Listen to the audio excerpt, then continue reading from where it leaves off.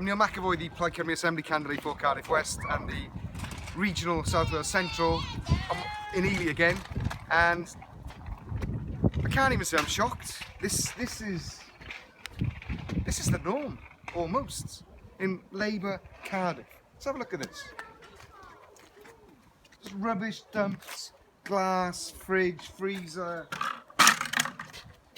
rubbish bags with rats in, I'm told. You know, more to the point, the property is empty and could be housing a family. You know, residents are sick and tired of this. They complain and complain and complain, and nothing is done. How long has it been like this? 2 years. 2 years?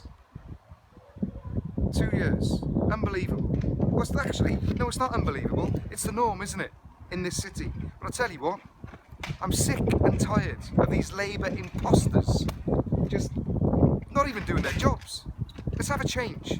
May the 5th, vote Plaid Cymru, get me in the Assembly, let's get the office working and get into the estates, into the city and start sorting this kind of rubbish out.